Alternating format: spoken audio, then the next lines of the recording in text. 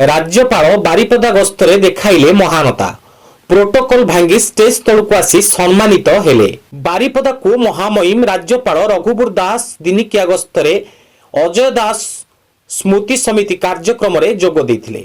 बारिपदार municipality chairman थिले अजय कुमार दास। 80 दशक अजय दास जड़े दृढ़ संगठक राजनेता थिले। अनेक सामाजिक क्षेत्र में तांकर सहायता रही बेले से जड़े परोपकारी व्यक्तित्व अधिकारी थिले। अजय दास स्मृति समिति पक्षरु प्रतिवर्ष विभिन्न कर्म क्षेत्र में विशिष्ट व्यक्ति मानू सम्मानित करा जाई थाए। और जिनके कारण ही आज बारिपदा और मयूरभंज एक स्वच्छ और सुंदर शहर के रूप में विख्यात है।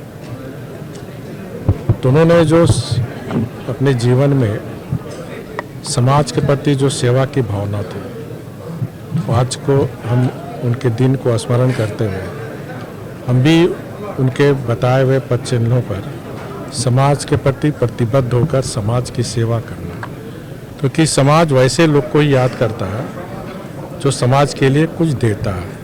समाज वैसे लोग को याद नहीं करता जो समाज से लेता है। हम सबको आज स्मृति दिवस के अवसर पर हम समाज को जरूर कुछ न कुछ दे, ये भावना स्वर्गीय अजय कुमार दास जी की जीवनी से समाज को मिली है। चलित वर्ष 13तम अजय दास स्मृति समिति कार्यक्रम में मान्यवर राज्यपाल रघुवीर दास जोग देथिले।